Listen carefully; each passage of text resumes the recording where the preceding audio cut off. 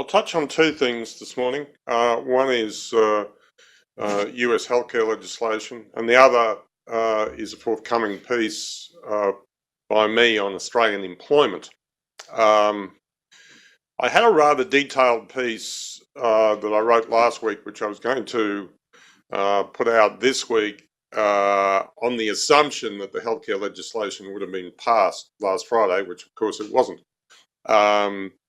Now, my discussion, what I've seen of presentations by Speaker of the House, Paul Ryan, and others, particularly there was a press conference which he did with various congressional faction leaders in Australian terms on Wednesday night.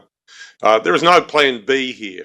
They're proceeding with plan A, that is to say, they really have to get that healthcare legislation passed to generate enough savings to provide corporate tax cuts and private tax cuts later in the year.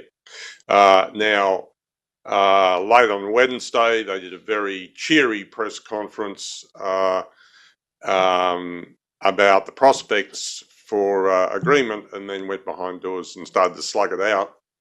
So my impression is that sometime, it may take weeks, it may take months, but there is no plan B here, and they are continuing with plan A. And I think probably sometime by June, the healthcare legislation will pass the US Congress.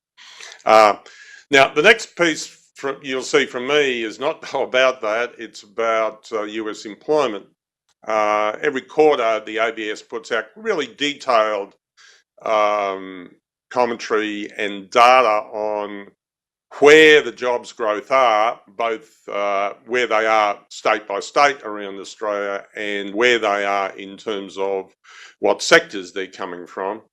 And what I note here is that what it looks like is that full-time jobs growth is bottoming out in Australia in the last two quarters. It's still negative.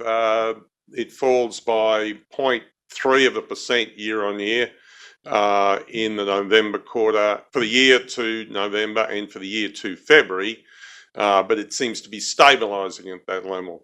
There are actually there's quite a disparity between employment growth by region in Australia.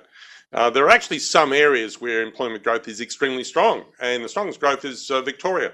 And in Victoria, jobs increased by 3.5% in the last year, full-time jobs, which is looks like boom levels to me. That's 3 times the normal level of employment growth in Victoria. And what seems to be happening there is that there's a boom in education employment. That is to say, there's a foreign student boom, which is generating a lot of employment in the full fee education sector in Victoria, and that in turn is leading to an increase in residential property demand, which in turn is leading to a whole bunch of financial and other services are rising in demand, and that's a lot of jobs growth in those areas in the state of Victoria. On the other hand, you see quite dramatic falls in employment in mining states like Queensland and in Western Australia. Western Australia, in trend terms, full-time jobs fell 3.5% in the year to February.